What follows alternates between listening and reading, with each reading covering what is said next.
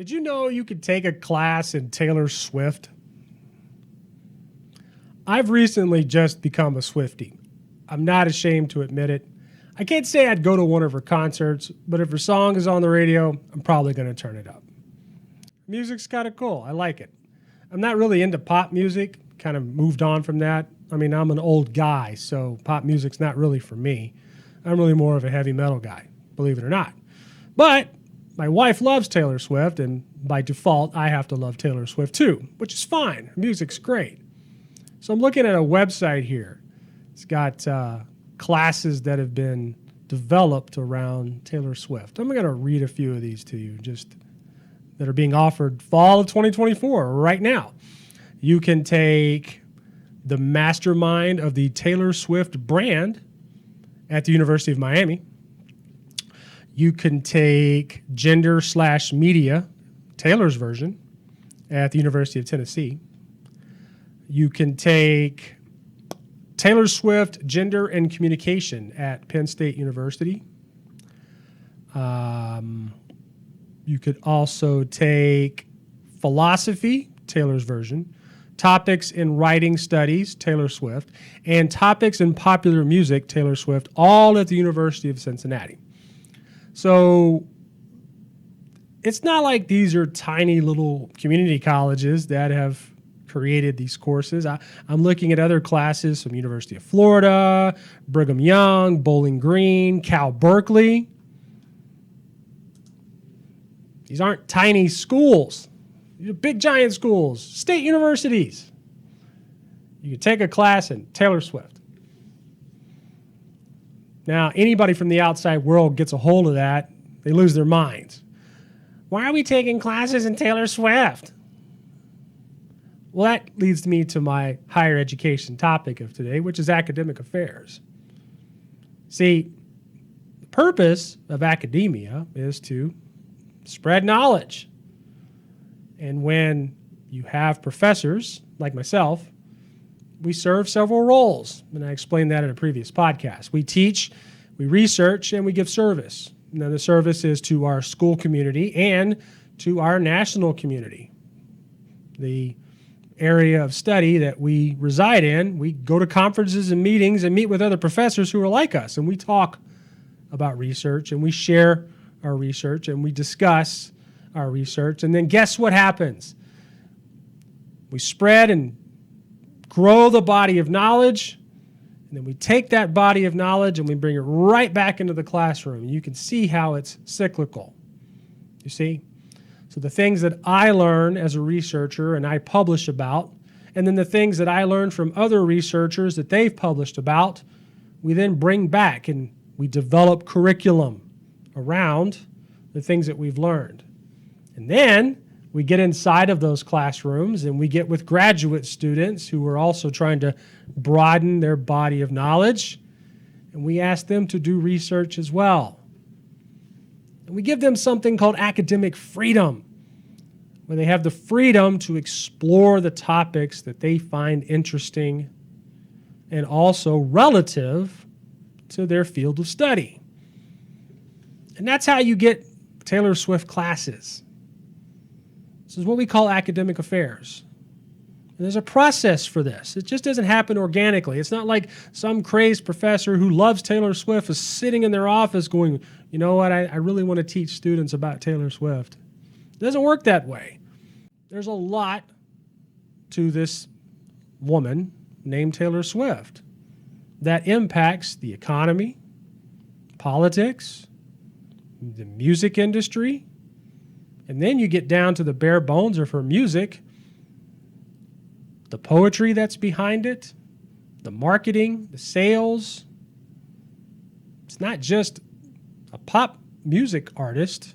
There's a lot more to it. And then you go, well, pop music, that's everywhere. Well, yeah, it is everywhere. But then you take one unique talent like Taylor Swift and you see the long-term impact of her music and what it's done over now a generation. So you've got time and you've got data and you've got things that you can look at and you can start to study. So that's why of all those topics that I shared with you, you noticed there was information about the poetry of her music and the economics and the impact. These things didn't just suddenly develop out of one person's brain on a weird day somewhere after listening to Shake It Off. No, it came after a lot of discussion, thought, research, a literature review, conversations, looking at data, and then developing a curriculum around an idea that probably started with Taylor Swift. This is how academics works. This is what we call academic affairs in higher education. And there's a process for this. Some rogue professor can't just go off and make a class. You have to have a reason for that class. It has to fit inside of a degree plan. It has to be an offering for students. It has to have learning objectives. So all of those things get processed together, and then they go through a series of committees. We call that curriculum development. So this professor who wanted to do a Taylor Swift class related to economics was probably an economics professor that found some interesting data and decided to produce a class out of it. And now is producing research that supports that Taylor Swift's music has an economic impact, blah, blah, blah, blah, blah. It's not my field of study. I haven't read the study, so I'm not sure what it says, but that's likely where it came from. So then the class is developed with learning objectives, and a syllabus is written, and then it goes through a committee. And a committee looks at it and sees how relative it is, the research behind it, how the student learning objectives apply to the overall program of the degree. And then that committee passes it on to another larger committee who then ultimately approves it. And then they decide to offer it as a class. And then students take it. And on top of that, there are student evaluations. And then the class gets adjusted as new information comes out and as students begin to talk about the class and whether or not it's working for them inside their degree plan. Universities have full policies on how these things are developed. Right now, even here at Texas Women's University, I serve on the Undergraduate Council. The Undergraduate Council is a collection of about 25 professors across the university in all kinds of disciplines, from dance to English to education to business. We're all part of this committee. Now, inside the Undergraduate Council Committee are subcommittees, and I happen to be the chairperson of the Program Review Committee. So what comes across my desk is anytime a new program is being developed at the university, we take a look at it, me and my subcommittee of about 5 people. And we look at it to make sure it's meeting the rules and regulations of the university, the rules and regulations of the state, and is it going to meet the needs of the students? Those are 3 major things that we look at.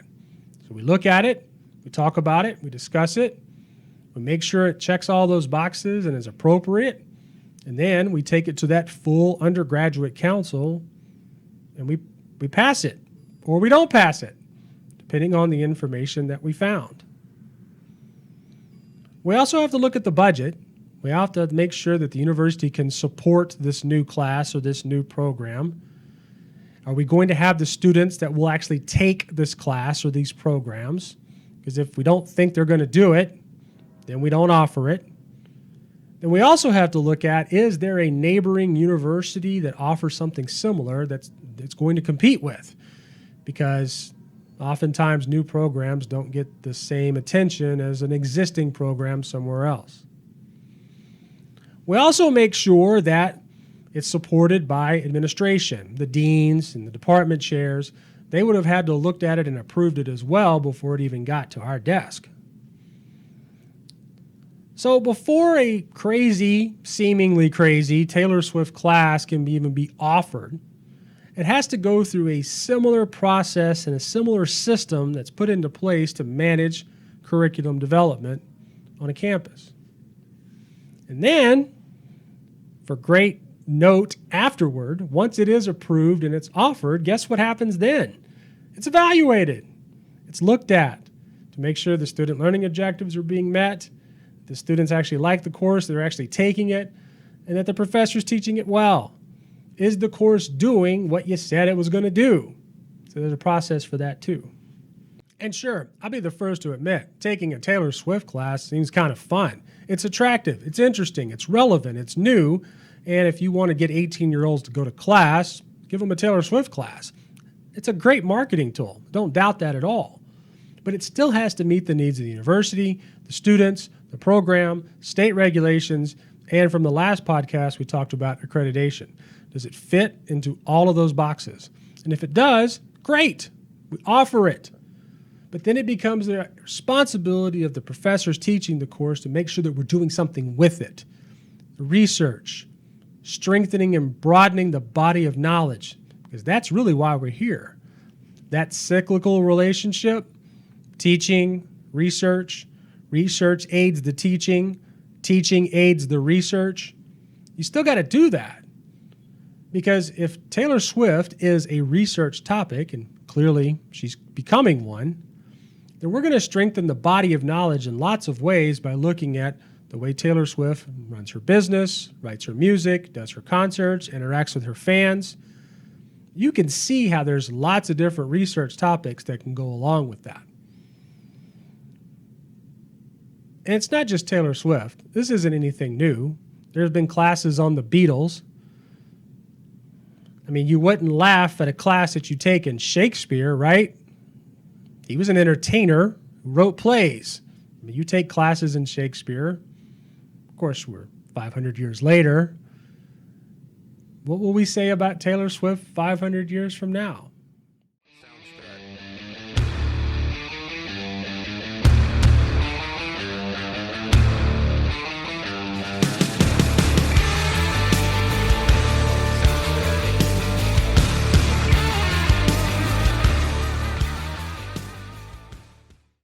Special education.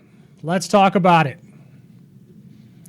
If you do a quick Google News search on special education, just take a moment and do that if you're sitting at your desk or thumbing through your phone, and just go to Google, put in special education, and then click the news icon at the top.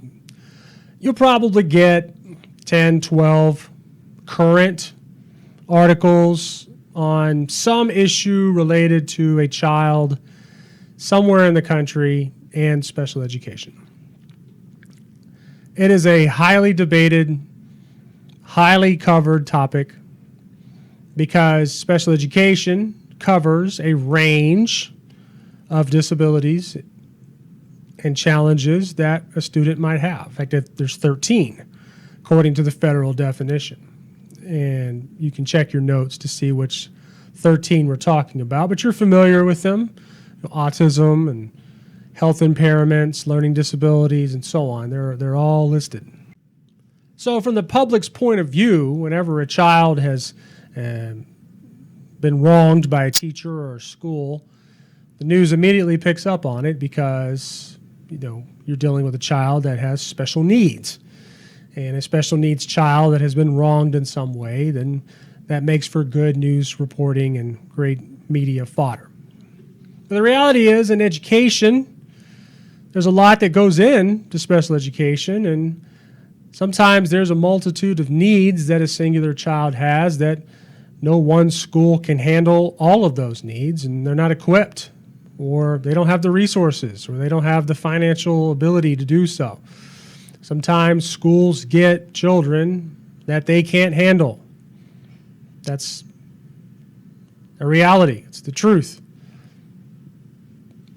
Schools end up getting a lot of children that have a lot of challenges and need experts, teachers who are equipped and trained and professionally developed to handle the array of needs that the child comes to the school with. Now, I'm an advocate for special ed. Early in my career, I plugged myself into as many ARD meetings as I could possibly go to and worked very hard to try to understand special ed law and what could and could not happen in a classroom instructionally, what an IEP really meant, how to modify a curriculum. All of those things come with an ARD meeting. Probably because I worked in a school district where the eternal threat of lawsuits always loomed over us because If we were not following the child's paperwork and IEP appropriately, we were threatened with the dreaded compensatory services, which always cost the district money, and so on and so on. So because of that, I took it upon myself as a school administrator to make sure that my kids were being served by the letter of the law.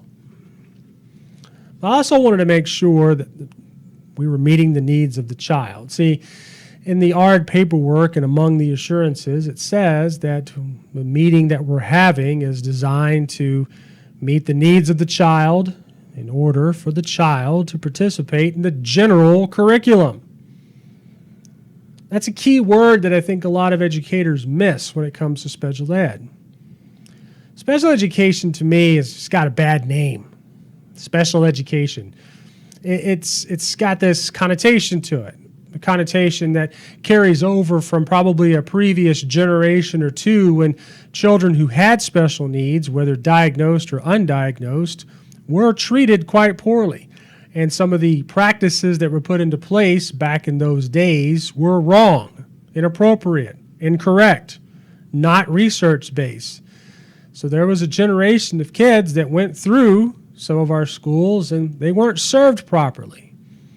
And it took some talented, dedicated educators, advocates to push through the right laws and regulations and civil rights to make sure that students were treated fairly and appropriately. And one of those is to advocate for the rights of children to participate in the general curriculum, which is why in the last 25 years there's been such a push for more inclusion into our schools. You know who doesn't like inclusion? Parents who don't have special needs children. I challenge you to go on Facebook or wherever social media that you use and go into one of those groups where it talks about how some challenging kid, most of the time it's autism, gets put into a regular classroom and becomes a disruption or a problem for the other kids in the learning that's going on. See, that's the great problem with education, is that our job is to serve everybody, right? But serving everybody doesn't necessarily mean that we take away from other children too, right? That's where special education is supposed to serve everyone appropriately. That's why it's supposed to take a lot of talented individuals to come together and make these individual decisions. Sometimes they're difficult decisions. Sometimes they're not easy. I remember I was a young administrator, and we had a new student that came to our school from another state. Now, in that state, in my opinion, maybe it's because they had the resources to do so, they were over-serving this child. They were giving this child everything under the sun. Now, not only did he have some mental challenges, he also had some physical challenges too. So because of his physical challenges, he was given a full-time aide, 2 teachers, an extensive IEP, almost to the point where it felt like a handicap. Like after a while, we're giving this child too much, and we're not allowing the child to actually grow and progress on their own. So we did an intake meeting and sat down and had an ARD and evaluated what the student needed. And we couldn't give everything that the previous state had given, and we had to let the parents know that. It's like, we're going to match services to the best of our ability, and that's what you do in an ARD. You match services. But I also wanted to encourage the parents to, hey, let us see where this child can flourish. Give us a chance to collect some data and see how well he does on his own. Turns out he did great. It's wonderful. It was awesome to see the growth in a special ed child the way that we saw growth in that child, because we were able to remove some services and let the child flourish on his own. That's what's great about special education that I think a lot of people miss, is that you can move on from special ed. Once your deficits have been achieved and you've met the goals of your IEP, special ed services can end. It doesn't have to be this stigmatized thing that kids carry with them. Speech students who come to school that might have some speech deficits at the ages of 4 and 5 years old also get placed in special ed. Again, it's just a bad name. It doesn't mean you have some problems that you have to overcome. It just means you got to work on your speech. You go through speech therapy for a while with a speech therapist, and you're probably going to be fine, and then you move out of special ed. So my take on special ed is that if you're going to be a school leader and a school administrator, I advise you to have a pretty keen interest in what it is and how it works. And I would encourage you to be more of an advocate than an administrator. When you're sitting in that ARD meeting, put yourself in the shoes of the kid. Because especially if you're in elementary, they're likely not at the meeting. When they get a little older, middle school and high school, they tend to come to those meetings. In elementary, you've got to be the one thinking about what this kid really needs. Do we have the personnel to meet their needs? Do we have the people in place to monitor their needs? And when it comes to assessment, do we have the right assessments in place to ensure we're safeguarding their future? Going back to that child that I took this from another state, final ARD of the year, I got into a very heated argument with our director of special education over testing. See, they wanted him to take the state test, and this child wasn't ready for it.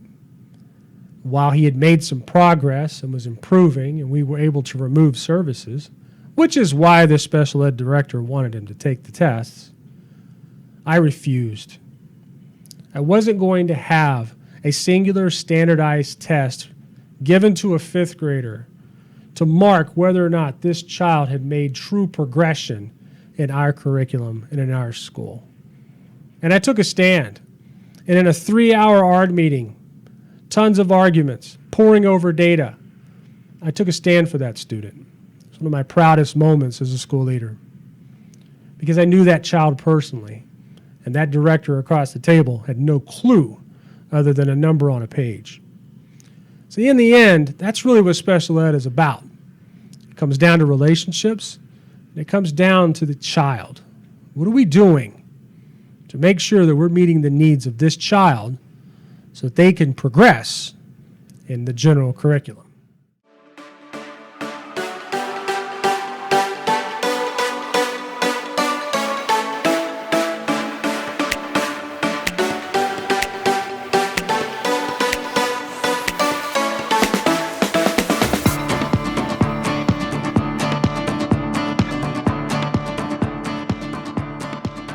So as of this video, September the 10th, 2024, the presidential debates are tonight. It's likely going to be the last debate before the election cycle. And so it's kind of hard to comment on debates that haven't happened yet. And it's kind of hard to encourage you to think about what you're going to listen to when by the time this podcast comes out, the debates are going to be over. But that doesn't mean you can't go back and revisit what the candidates had to say about education. My plan is to be on Threads, and I'll be live tweeting anytime they talk about education. I highly doubt they'll talk about education because that's generally not a federal topic of concern when it comes to presidents when they're running for office. Federal government has very little to do with education, and frankly, I think that's probably a good thing. But generally, presidents do have positions on some major education topics. So in the coming weeks, what I'm going to be doing as a part of this podcast is releasing a series of breakdowns on where each candidate stands on some major education issues. In this podcast breakdown series, I'll be looking at early childhood education, STEM education, school choice and school charters, school safety, and lastly, higher education. We'll be breaking down where each candidate stands on those particular issues leading up to the election. I've always been an education advocate. I've been in this game for 25 years, and education is important. I always kind of saw myself as the Lorax of education. I speak for the kids. Education is the giant, great equalizer that we have in this country, and it deserves protecting. So I always vote my conscience, but I always vote education. Wherever the candidate stands on where education's future belongs based on best practices, research, and what the experts say, that's likely where I'm going to vote. Education's far too important to be dismantled and taken apart by politicians who are using it for their own personal political gain. It's wrong. Wrong to use kids as pawns. It's wrong to treat teachers who are working terribly 80 hours a week easily to get things done for our students. And it's also wrong to pick on higher education when it's not doing the job that you think it should be doing, but yet you have no rationale for picking on higher ed just because you don't like a political philosophy. That's not the way this works. So I encourage my listeners and the people that watch and follow this podcast to vote your conscience. If the candidate that fits your needs based on how you stand on education is talking the talk and walking the walk, fine, vote for them. But if you think that they can do better, then vote for the other person. That's my advice, at least when it comes to the presidential election. I hope you also find your way somehow in this election.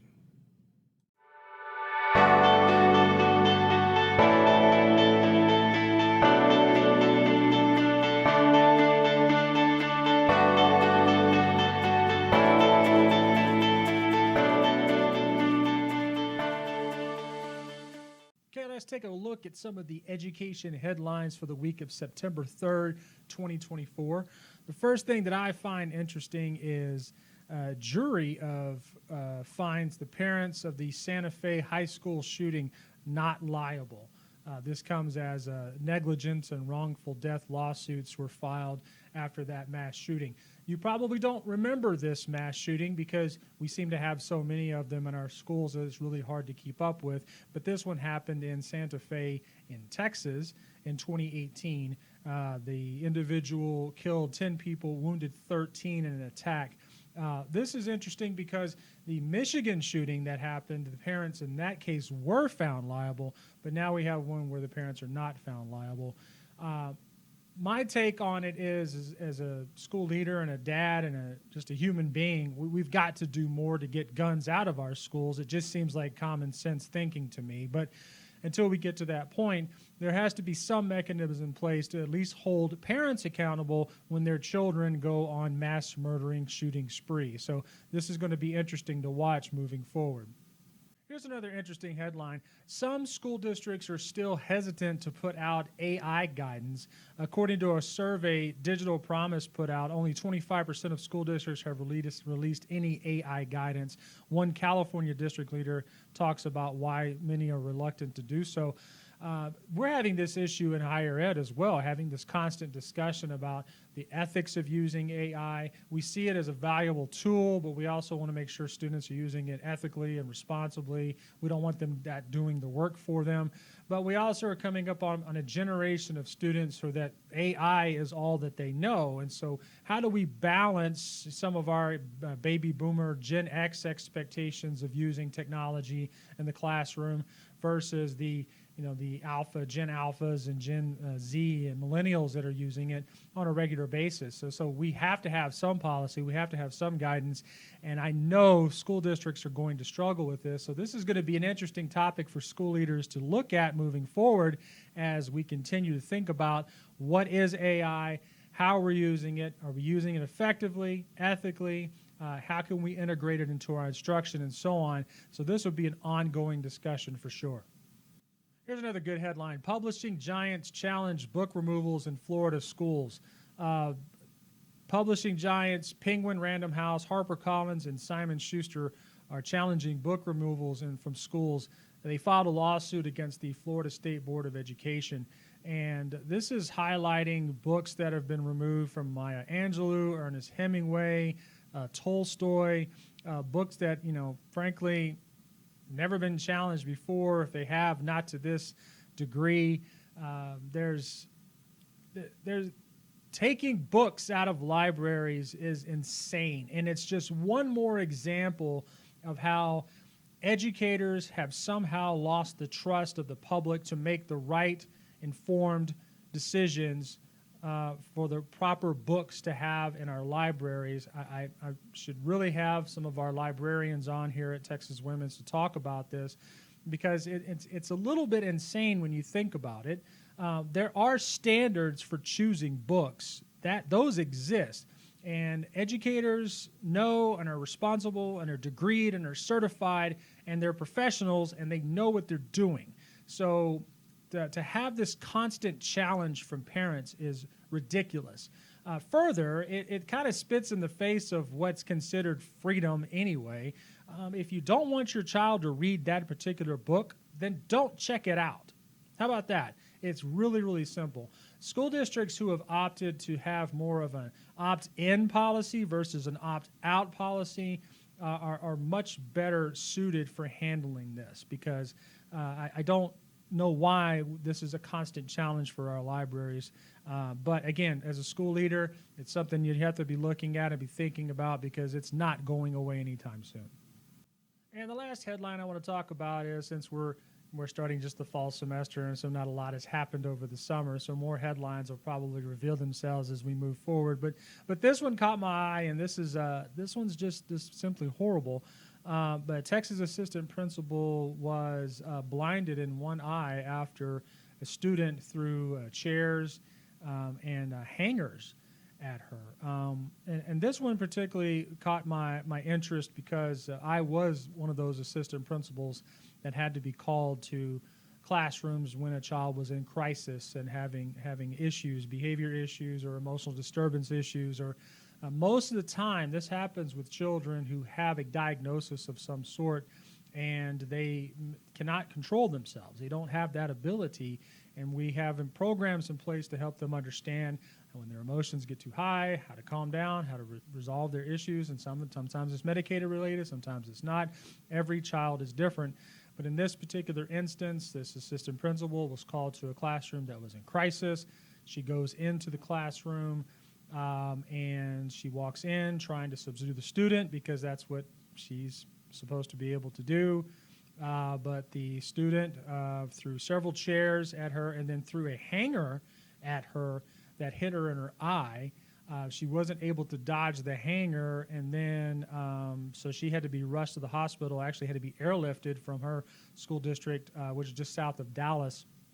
Went to Dallas, and now she risks losing her eye. She's blind in her eye, and they're going to do reconstructive surgery, and hopefully they can save it. In this case, the student was taken into custody. We don't know a whole lot more than that because of privacy laws, and the student's a minor, but we do know they were taken into custody. They're not at that school anymore. And this just highlights what educators go through. And there are lots of children like this that have a disability, and that's what it is. They have a disability. Some of them are diagnosed, and sometimes they're not. And we have to do more for our educators to support students when they are in crisis. And this requires more mental health training, more support for teachers when restraint is required, and there are times when a child has to be restrained.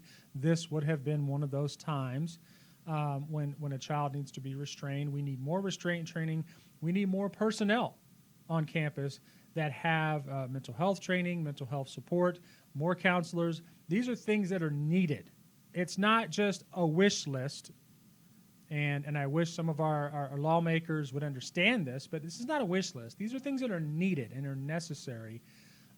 We don't have a one-size-fits-all approach anymore when it comes to education. It doesn't work that way.